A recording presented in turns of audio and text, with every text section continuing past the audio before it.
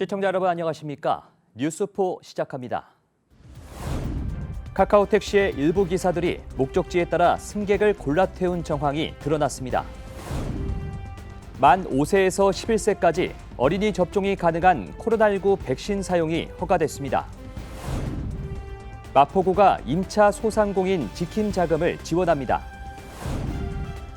광주시가 위기가구 지원을 위한 노랑 호루라기 사업 선정 기준을 확대했습니다.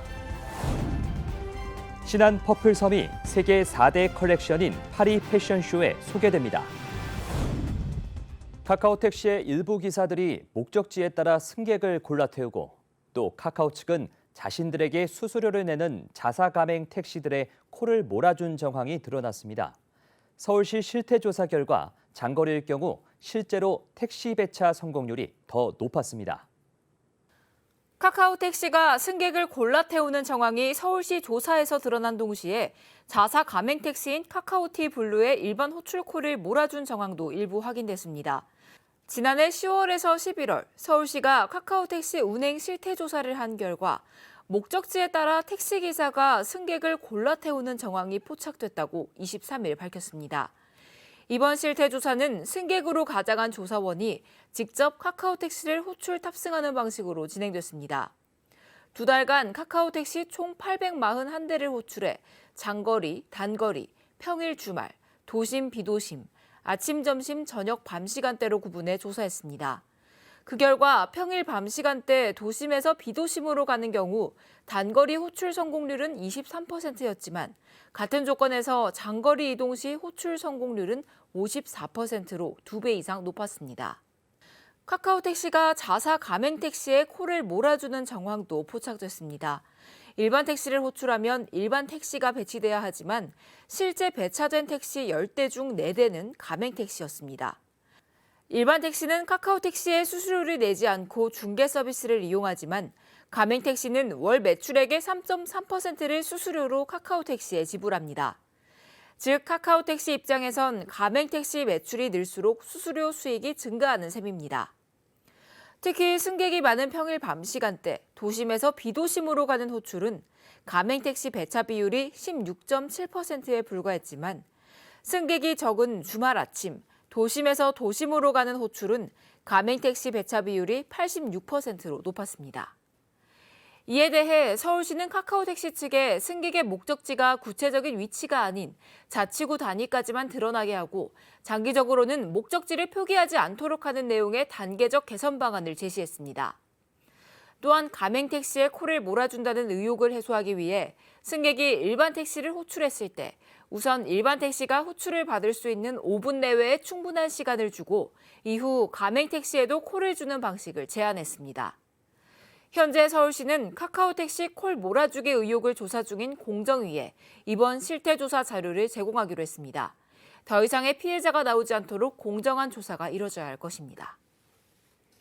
국내에서 만 5세에서 11세 어린이가 접종할 수 있는 코로나19 백신 사용이 허가됐습니다. 당국은 3월 중으로 구체적인 접종 계획을 발표하겠다고 밝혔습니다. 식약처는 화이자의 5세부터 11세 어린이용 코로나19 백신 코미나티주의 품목 허가를 냈다고 23일 밝혔습니다. 식약처는 미국 등 4개 국가에서 5세부터 11세 어린이 약 3,109명을 대상으로 어린이 화이자 백신 임상 3상 실험 결과를 분석해 이번 허가를 냈습니다. 이번 허가에 따라 5세부터 11세 아동은 3주 간격으로 2회 접종을 받을 수 있습니다.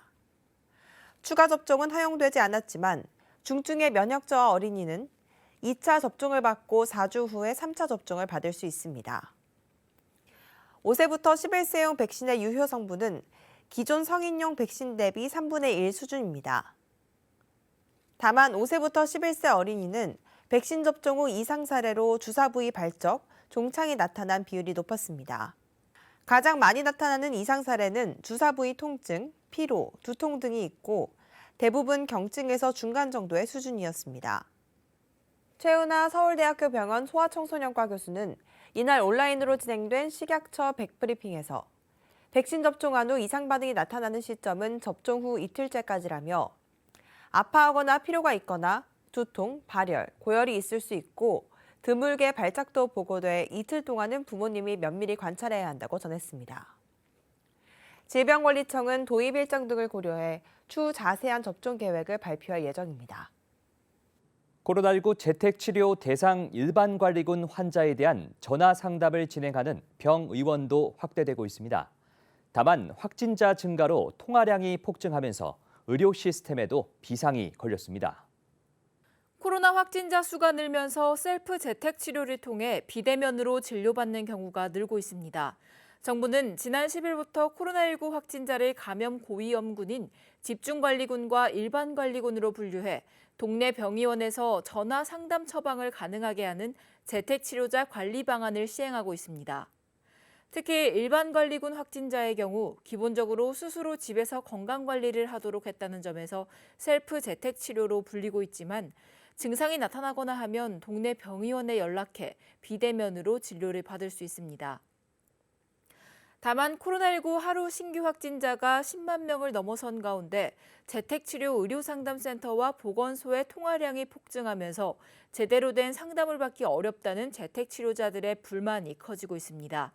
보건소의 경우도 자치단체별로 재택치료를 전담하는 행정안내센터를 만들어 상담을 받고 있지만 전화 연결이 어려운 상태입니다. 경남의 경우 도내 상담센터 35곳에서 11일부터 닷새 동안 이뤄진 전화 상담이 약 1,500건에 달했으며 광주는 하루 1,500명 이상의 확진자가 발생하고 있지만 의료 상담센터는 7곳에 불과합니다. 현재 코로나19를 담당하는 의료진들은 업무가 과중하며 큰 무기 없이 전쟁터에 나와 있는 상황이라고 말합니다. 실제 확진자 폭증으로 재택치료 환자 수도 빠르게 늘면서 진료를 담당하는 의료진의 업무 과부하도 우려되고 있습니다. 또한 전화진료는 대면 진료보다 시간이 오래 걸리며 시스템이 갖춰지지 않은 상황에서 대면과 비대면 진료를 병행하는 것은 쉽지 않은 상황입니다. 서울이나 이런 지역마다 30에서 50명 투입을 하고 있긴 하지만 숫자가 늘어나는 속도가 많기 때문에 의료 인력에 대한 지원이 필요합니다. 그래서 지금 행안부하고 함께 의료기관 기초 조사를 할 수 있는 숫자에 대해서 지속적으로 계획을 수립하고 그다음에 보건소마다 좀 상황이 다르기 때문에 우선 더 시급한 곳에 먼저 인력을 지원할 수 있도록 추진하고 있습니다. 이에 정부는 재택치료자가 보건소에 연락했을 때 연결이 되지 않는 경우를 방지하기 위해 시급한 곳에 인력을 지원하겠다고 밝혔습니다. 오미크론 변이 바이러스의 확산으로 재택치료자 수가 40만 명을 훌쩍 넘어선 가운데 위중증 환자 수도 늘어나 의료체계의 부담은 더욱 커지고 있는 양상입니다. 정부는 재택치료자 관리를 위한 동네 병의원을 6,000개까지 늘렸다고 밝혔지만 관리 인원이 매주 2배씩 급증해 역부족이라는 우려가 지속되고 있습니다. 수도권 소식입니다.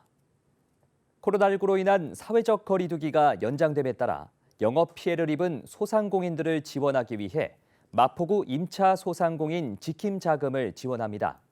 방역 조치로 국가의 정책에 협조해 생업에 피해를 본 소상공인들이 빠짐없이 신청할 수 있도록 마포구는 임차 소상공인 지킴 자금 지원에 만전을 기하고 있습니다. 마포구는 코로나19의 장기화로 생업의 위기를 맞은 마포구 소상공인을 대상으로 임차 소상공인 지킴자금 지원 신청에 다음 달 6일까지 접수받습니다. 임차 소상공인 지킴자금의 지원 금액은 사업장별 100만 원을 지급하며 원활한 신청을 위해 첫 주는 오부제로 시행됩니다. 지원 대상은 2020년 또는 2021년 연매출이 2억 원 미만이고 개업일이 2021년 12월 31일 이전이면서 사업자 등록증 소재지가 서울인 사업장입니다. 접수는 서울 지킴자금 누리집에서 사업체 대표자가 사업자 등록증 및 상가 임대차 계약서 등 증빙 서류를 첨부해 신청 또는 2월 28일부터 3월 4일까지 마포구청 4층에서 현장 접수가 가능합니다. 마포구는 새로운 인생을 설계하는 노인들을 위해 50플러스 행복 아카데미 사업을 시작합니다. 올해는 작년에 이어 새로운 자격증 지원반 신설, 고령 친화도시 장기계획 수립 등이 이루어지고 있습니다. 마포구는 관내 50플러스 세대에게 청춘 이막 설계를 위한 50플러스 행복 아카데미 사업을 시작했습니다. 노인 일자리 전담기관인 마포 시니어 클럽에서 상담 및 훈련을 통해 생산적인 노후를 보낼 수 있도록 지원합니다. 맞춤 상담 및 서비스 연계, 다양한 직종 체험 및 정보 제공과 직업 훈련을 연계하는 내용을 담고 있습니다. 작년에 큰 인기를 얻은 바리스타 자격증 및 원데이 클래스에 이어 올해에는 제과제빵과 요양보호사 자격증 등이 추가됐습니다. 제가 50+ 교육을 통해서 지금까지 이런 일자리에서 일을 하게 돼 있습니다. 바리스타로 일하고 있는데요. 너무너무 감사해요. 왜 그러냐면 저는 전업주부로 일하고 있다가 이런 게 있는지도 몰랐어요. 근데 정말 이 시니어 클럽에서 이렇게 좋은 기회를 주셔서 제가 이 나이에도 이 바리스타로서 일하면서도 아주 활력을 찾고 건강해졌습니다. 뿐만 아니라 위드 100세, 고령 친화도시 마포를 수립하기 위해 3개년 실행계획과 WHO 고령 친화도시 국제 네트워크 가입을 신청했습니다. 광역시 소식입니다. 대전시가 코로나19 방역 조치가 지속되면서 가장 큰 어려움을 겪고 있는 소상공인과 자영업자를 위한 대전형 소상공인 긴급지원 방안을 발표했습니다. 대전시가 소상공인의 위기 극복과 침체된 민생 경제에 활력을 불어넣기 위해 대전형 소상공인 긴급지원을 추진합니다. 오늘 우리 대전시와 5개구가 공동으로 앞으로 집행할 지원 사업은 크게 소상공인에 대한 긴급지원금, 그리고 경영 안정화를 위한 금융 지원, 온통 대전을 통한 대규모 소비 촉진을 위해서 2,900여 원의 예산을 투입해서 추진하고자 합니다. 대전시는 소상공인들이 위기 상황을 극복할 수 있도록 711억 원의 대전형 위기 극복 지원금을 9만 5천여 개 업체에 지급할 계획입니다. 이번 지원금은 집합금지, 영업 제한 업종뿐만 아니라 매출이 감소한 모든 소상공인과 자영업자에게 지급됩니다. 경영 안정을 위한 금융 지원도 추진됩니다. 소상공인 경영 개선 자금 기존 대출자에 대해 1년간 상환을 유예하고 2%의 2차 보전도 연장 지원할 예정이며 신규 대출자에 대해서는 종전 2%의 2차 보전을 3%까지 확대 지원, 2천억 원 규모의 무이자 특별대출도 신설합니다. 또한 소비 촉진을 위한 대책으로 온통대전 발행 2주년을 맞는 5월에는 100억 원을 추가 투입해 캐시백 한도를 15%로 확대하고 대대적인 소비 촉진에 나설 계획입니다. 대전 시민 여러분, 그리고 경제 위기에 직면해서 어려움을 감내하고 계신 소상공인 여러분들께 심심한 위로의 말씀을 드리면서 최선을 다해서 방역 조치를 해 나가고 또 소상공인들의 위기 극복을 위해서도 저희 대전시와 5개구가 함께 노력해 나가겠다는 각오의 말씀을 드리면서 오늘 브리핑을 마치도록 하겠습니다. 대전시가 대전 대표 브랜드 온통대전에 대전 대표 마스코트 꿈돌이를 접목한 온통대전 꿈돌이 카드를 새롭게 선보입니다. 대전시가 온통대전 브랜드 이미지 제고를 위해 꿈돌이 캐릭터를 활용한 온통대전 꿈돌이 카드를 출시했습니다. 온통대전 꿈돌이 카드는 대전시소 선호도 조사를 통한 시민들의 의견을 반영해 5종의 디자인으로 출시됐으며 신청은 온통대전 앱에서 가능하고 일반 체크카드로 발급됩니다. 온통대전 선불카드만 가지고 있는 경우에는 선불카드를 그대로 사용하면서 꿈돌이 카드를 새롭게 발급받을 수 있으며 이미 온통대전 체크카드를 가지고 있는 경우에는 기존 온통대전 체크카드를 해지하고 꿈돌이 카드를 새롭게 발급받을 수 있습니다. 한편 지난해 9월 온통대전 홍보대사로 위촉된 꿈돌이는 온통세일 기념 야구시구, 라이브 커머스 방송 진행 등 온통대전 활성화를 위해 다양한 홍보 활동을 펼치고 있습니다. 인공지능 인재 양성의 요람인 광주 인공지능사관학교가 3기 교육생을 모집합니다. 광주 인공지능사관학교 3기 모집 인원은 전년보다 대폭 확대된 330명으로 만 18세부터 39세 미취업자와 학생이면 학력, 전공, 성적, 거주지 등 조건 없이 신청 가능합니다. 교육기간은 분야별 심화 교육을 위해 기존 8개월에서 10개월로 확대됐으며 인공지능 산업 수요를 기반으로 한 특화 교육과 국가 인공지능 집적단지를 활용한 실습 등을 진행합니다. 우리 시는 광주 인공지능 사관학교에 입교하는 교육생들에게 10개월 동안 인생에서 가장 중요한 경험을 선사할 수 있도록 최상의 교육과정을 준비하겠습니다. 3기 신청은 오는 3월 25일까지 인공지능 산업융합사업단 홈페이지에서 접수하면 되며 심사를 거쳐 5월 중 최종 합격자를 선발할 예정입니다. 광주시가 위기가구 지원을 위한 노랑 호루라기 사업의 선정 기준을 확대해 촘촘한 사회안전망 구축에 나섭니다.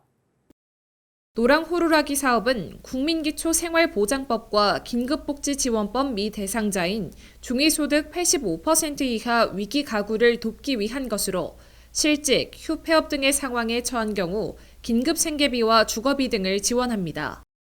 광주시는 복지 사각지대에 놓인 위기가구 지원을 강화하기 위해 대상 선정 기준을 일반재산 2억 6,100만 원 이하, 금융재산 800만 원 이하로 확대했습니다. 코로나19가 2년 이상 장기화되면서 기존의 저소득층 외에도 휴폐업이랄지 실직 등으로 소득이 급감한 시민들이 많이 늘었습니다. 이런 계층들을 폭넓게 보호하기 위해서 노랑 호루라기 지원 선정 기준을 완화했습니다. 지원 신청은 구청 및 주민센터에서 가능하며 4인 가구 기준 생계지원 대상자는 월 130여만 원, 주거지원 대상자는 월 64만 원가량을 최대 6개월까지 지원받을 수 있습니다. 2022년 교육부 공모사업인 지자체 대학협력 기반 혁신사업의 공동 추진을 위한 지역협업위원회 협약식이 열렸습니다. 지난 18일 열린 협약식에는 지역협업위원회 공동위원장인 권영진 대구시장과 이철우 경북도지사, 홍원하 경북대 총장을 비롯해 영남대 총장 등 지역협업위원회 위원들이 참석했습니다. 참석자들은 지역혁신 플랫폼 구축을 선언하고 지역혁신 사업의 성공적인 추진을 위한 결의를 다졌습니다. 이 사업을 계기로 우리가 어떻게 하느냐에 따라서는 저는 지역의 살아남은 시작이 될 수 있다고 생각합니다. 꼭 우리가 이걸 지역대학의 회생과 그것을 통해서 지역이 다시 힘차게 발돋움하는 그런 마중물이 될 수 있도록. 지난 1월 사업 공고를 시작으로 플랫폼별로 사업계획서를 3월 말까지 제출하고 오는 4월에 2개소가 신규 선정될 예정입니다. 대구, 경북이 함께 응모 예정인 복수형 플랫폼의 경우 공모 선정 시 최대 5년간 국비 2,320억 원이 지원됩니다. 대구, 경북 지역혁신 플랫폼에는 지역 주력 산업 혁신 인재 양성, 참여대학별 대학 교육 혁신 방안 수립과 공동과제 추진 등 지자체와 지역대학 등이 협력해 지역혁신 과제를 담을 예정입니다. 강원도 소식입니다. 평창장학회가 제1차 평창장학회 이사회를 개최했습니다. 이날 회의에는 2021년 운영결산 및 2022년 1차 평창장학회 장학생 선발 계획 등을 심의 의결했습니다. 2022년 1차 장학생 선발 예정 인원은 중학생 26명, 고등학생 32명, 대학생 300명으로 총 358명이며 장학금 지급 규모는 약 7억 8천만 원입니다. 한편 평창장학회는 지난해 대학생 장학금을 등록금 법인의 타 장학금과 중복 지원을 허용하고 타 장학금 수급액을 제외한 등록금 실납부액 전액을 지급하도록 했습니다. 또한 장학금 지급 기간을 1, 2학기 모두로 확대 변경한 바 있습니다. 올해도 마찬가지로 각 학기마다 장학금 신청 접수를 받아 자격을 갖춘 대학생들에게 대학교 등록금 실납부액 전액을 지원할 계획이며 지역의 학생들이 코로나19 장기화로 인한 어려운 여건 속에서도 꿈을 잃지 않고 학업에 정진할 수 있도록 평창장학회에서 적극 지원할 예정이라고 밝혔습니다. 횡성구는 오는 3월 6일까지 2022년 사업체 현장 방문 조사가 실시됩니다. 사업체 조사는 사업체의 분포 및 고용 구조를 파악하고 이를 기반으로 통계 자료를 만들어 지역개발 계획 수립 및 평가 자료로 활용하기 위해 실시됩니다. 조사 대상은 2021년 12월 31일 기준 횡성군에서 산업활동을 수행하고 있는 모든 사업체 5,996개로 조직 형태, 사업의 종류, 종사자 수 등 공통 항목 10개와 외국인 종사자 수, 온라인 쇼핑 거래 여부 등 강원도 자율 항목 2개 항목에 대해 조사하게 됩니다. 군은 코로나19 예방 및 확산 방지를 위해 방문 기피 사업체와 별도 요청이 있는 사업체는 전화조사 또는 배포조사를 병행 실시하며 사업체 방문 시 조사원증을 폐용하고 조사에 임할 예정입니다. 충청도 소식입니다. 충북도가 당초 예산 대비 3,824억 원 증가한 6조 5,432억 원 규모의 제1회 추가경정 예산안을 편성해 도의회에 제출했습니다. 도는 이번 예산을 정부가 추진하는 재난지원금 지원 대상에서 제외된 소외계층 지원과 도민 안전을 위한 중대재해처벌법 선제 대응 등에 중점을 두고 편성했습니다. 특히 당초 예산에 반영하지 못한 무상급식비와 소방공무원 초과 근무수당 등 17개 사업도 이번 추경에 모두 담았습니다. 이시종 지사는 오미크론 확산세와 방역 강화 조치 연장으로 어려움을 겪는 도민의 피해를 최소화하기 위해 예년보다 빠른 2월에 추경 예산을 편성했다고 말했습니다. 충북 지역 자동차 산업의 미래차 전환 대응 강화를 위해 충북도가 자동차 산업 육성 사업을 추진합니다. 도는 우선 미래 자동차 산업 기술 혁신 기반 구축 사업으로 미래차 전장 부품 기능 안전 및 신뢰성 기반 구축 사업을 추진하며 수송기계 부품 전자파 센터를 올해 마무리하고 본격 지원에 나섭니다. 또한 차세대 모빌리티 산업 대응 기업 경쟁력 강화 사업으로 선도기술 연구개발, 국내외 마케팅과 인증 등 다각적으로 지원할 계획입니다. 이와 함께 미래차 분야 인재 양성 혁신 공유대학 사업 등을 통해 미래 모빌리티 산업 전문 인력 양성에도 힘쓸 예정입니다. 전라도 소식입니다.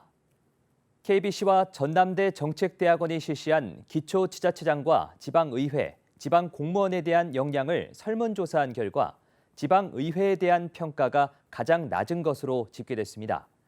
특히 광주 5개 구와 전남 5개 시는 전체 평균보다 낮은 점수를 받았습니다.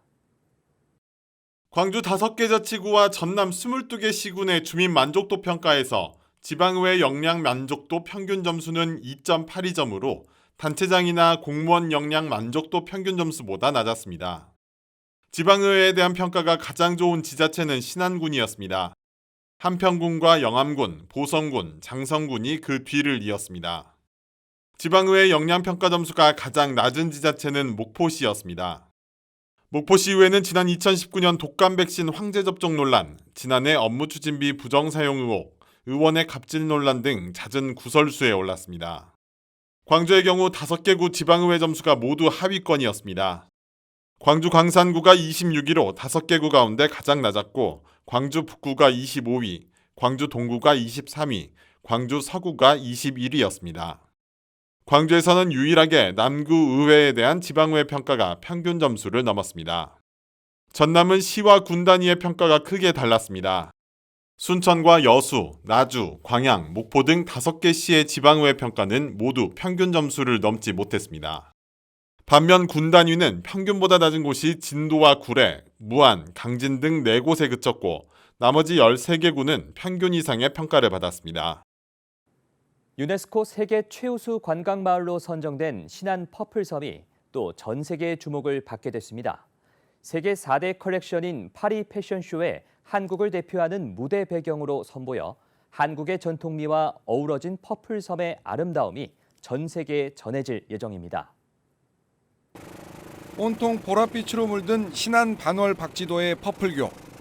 바다 위를 가로질러 곱게 뻗은 퍼플교가 모델들의 런웨이 무대가 됐습니다. 제작진들은 퍼플교를 거니는 모델들의 자태를 카메라에 연신 담아냅니다. 유네스코 세계 최우수 관광마을로 선정된 신안 퍼플섬이 세계 4대 컬렉션인 파리 패션쇼에 소개됩니다. 오는 28일부터 열리는 파리 패션 위크는 코로나19 여파로 온라인상에서 개최됩니다. 각국을 대표하는 유명 디자이너들의 작품이 영상으로 제작돼 전 세계에 송출될 예정입니다. 한국 패션 디자이너 연합회 부회장을 맡고 있는 양해일 디자이너는 망설임 없이 신안 퍼플교를 무대로 선택했습니다. 올해의 트렌드 컬러인 퍼플색, K-팝 열풍을 이끌고 있는 BTS 컬러 역시 퍼플색으로 세계적인 패션 흐름과 맞기 때문입니다. 전 세계에서도 이런 장소를 찾을 수가 없고 아름다운 진짜 자연 환경이 너무나 좋아서 저는 여기를 선택하게 됐습니다. 퍼플교는 런웨이 주무대로 천사대교와 전용노을의 백길 해수욕장 등이 패션쇼 영상에 담겨집니다. 사계절 보랏빛을 간직한 퍼플섬이 한국의 전통미와 어우러져 세계적인 관심을 받게 될 것으로 기대됩니다. 너무나 빨리 이렇게 세계적으로 주목을 받게 돼서 우리 신안 국민 모두에게 엄청난 자긍심 그리고 섬의 가치를 좀 다시 한번 재인식할 수 있는 그런 계기가 돼서 굉장히 기쁩니다. 신안의 작은 섬마을이 세계가 주목하는 관광마을이자 패션 디자인 업계의 관심을 한몸에 받는 핫플레이스로 떠오르고 있습니다. 전남 지역 대표 농수산물을 원료로 만든 재치 만점 빵이 관광 상품으로 인기를 끌면서 지역 경제 활성화와 농수산물 소비 촉진의 역할을 톡톡히 하고 있습니다. 완도의 한 커피숍입니다. 이 가게는 다른 곳에서는 볼 수 없는 빵을 만들어 팔고 있습니다. 전복빵으로 지역 특산물을 활용했습니다. 매장을 찾는 관광객들에게 입소문이 나면서 전복빵으로만 한때 연매출 4억 원을 넘어서기도 했습니다. 성공하기까지는 청년 창업자의 땀이 배어 있었습니다. 해남의 한 쌀 가공업체입니다. 매장에는 고구마빵과 감자빵이 진열되어 있습니다. 지역 특산품 고구마와 감자로 속을 채웠고 홍국쌀과 호박으로 빨갛고 노란 피를 만들었습니다. 소비자들의 입맛을 사로잡으면서 5년 만에 수억 원대의 매출을 올리고 있습니다.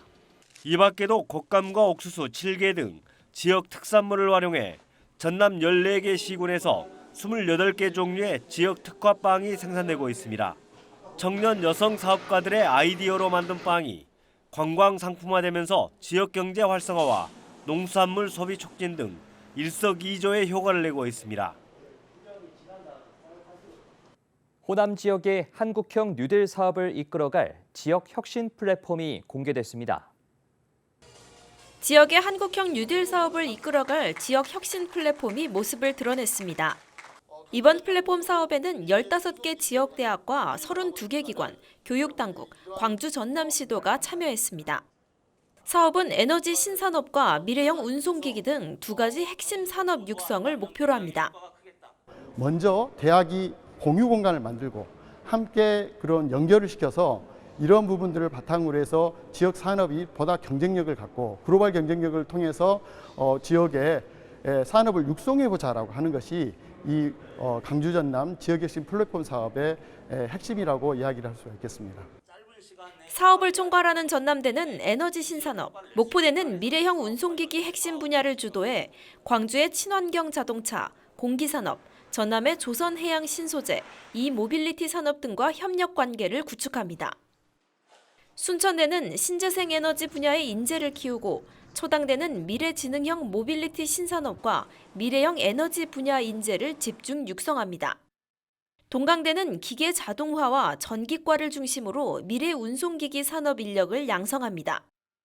산업이라는 것이 원래 시작 단계를 보면 기업을 중심으로 모든 산업들이 시작이 되는데 대학이 중심이 돼서 지역 산업을 한번 이끌어보는 혁신적 플랫폼을 만들어보는 게 어떻겠는가라는 취지라고 생각합니다. 지역 혁신 플랫폼을 통해 한국형 뉴딜 사업의 첫발을 시작한 광주 전남 지역이 코로나 시대 위기를 극복하고 성장 모델과 성과를 낼지 주목되고 있습니다. 코로나 확진자 수가 늘면서 재택 치료를 담당할 의료진 수가 부족해 우려의 목소리가 커지고 있습니다.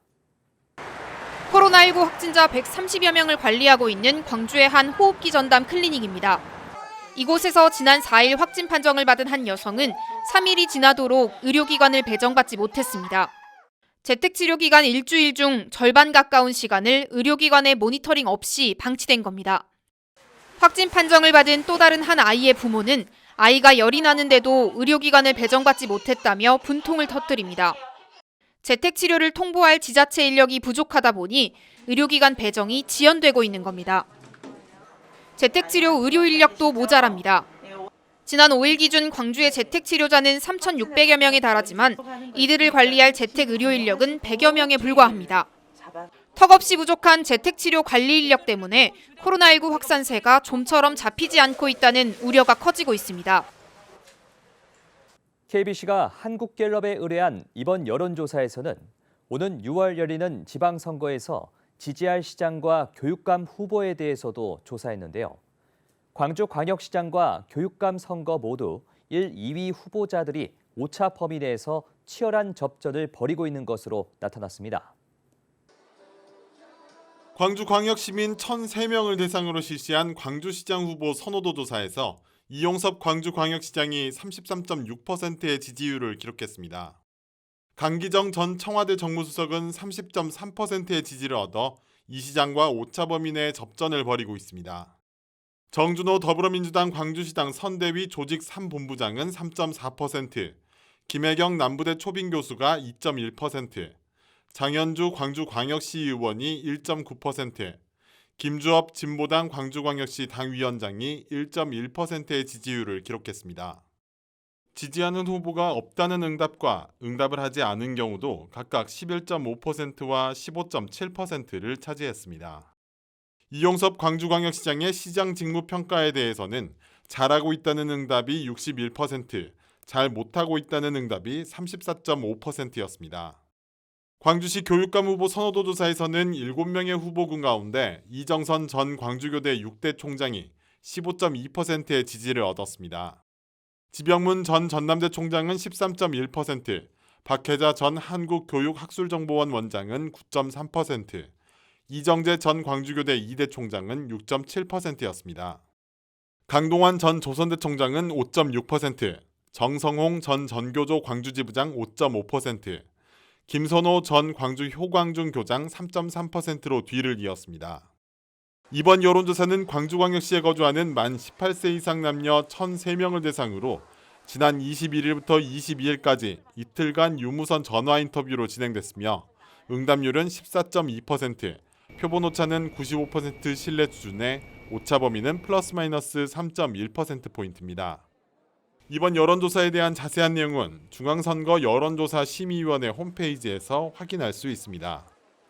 KBC와 전남대 정책대학원이 실시한 기초지자체장과 지방의회, 지방공무원에 대한 역량을 설문조사한 결과 지방공무원에 대한 평가가 가장 높은 것으로 조사됐습니다. 특히 단체장 역량평가나 지방의회 평가에서 낮은 점수를 받았던 광주 각 구청들이 공무원의 역량평가에서는 좋은 점수를 받은 점이 눈에 띕니다. 광주 5개 자치구와 전남 22개 시군의 주민 만족도 평가에서 공무원 역량 만족도 평균 점수는 3.13점으로 단체장이나 지방의회 평균 점수보다 높았습니다. 신안군은 단체장, 지방의회 평가에 이어 공무원 평가에서도 27개 지자체 가운데 1위를 차지했습니다. 영광군은 3.31점을 받아 2위에 올랐습니다. 평가 점수가 가장 낮았던 지자체는 진도군이었습니다. 이어 목포시가 26위, 광양시가 25위, 구례군 24위 순이었습니다. 단체장과 지방의회 평가에서는 평균 아래였던 광주 5개 구청이 공무원 역량 평가에서는 무려 4곳이 상위권에 올랐습니다. 특히 단체장 평가 22위, 지방의회 평가 21위에 그쳤던 광주 서구청의 경우 공무원 평가 전체 3위를 기록했습니다. 광주 5개 구청 가운데 유일하게 광산구만 공무원 역량 평가에서 평균 이하의 점수를 받았습니다.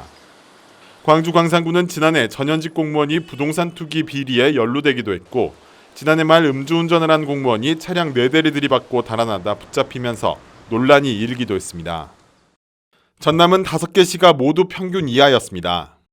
목포시가 26위로 5개 시 가운데 가장 낮았고 광양시가 25위, 나주시가 완도군과 공동 22위, 여수시가 해남군, 장흥군과 함께 공동 15위, 순천시가 14위를 차지했습니다. KBC 박송호입니다.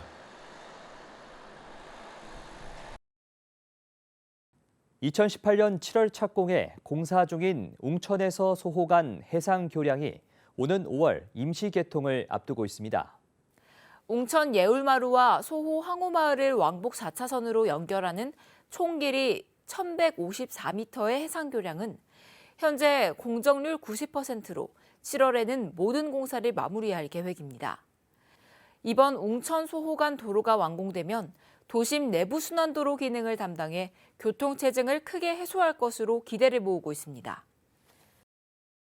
여수시가 코로나19 장기화로 야외 활동이 부족해진 시민들을 위해 혈중 비타민 D 무료 검사를 실시합니다.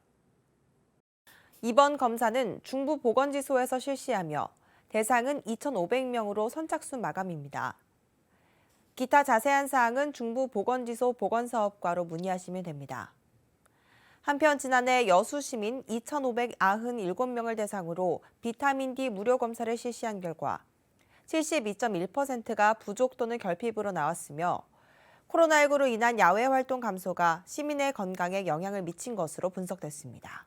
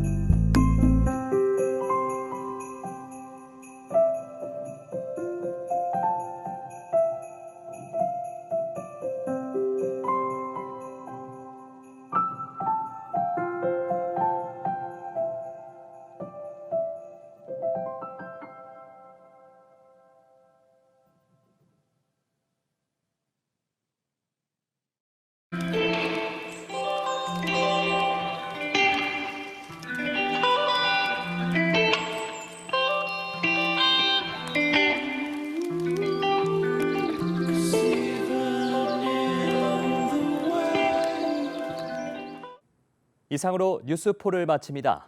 시청해주신 여러분 고맙습니다.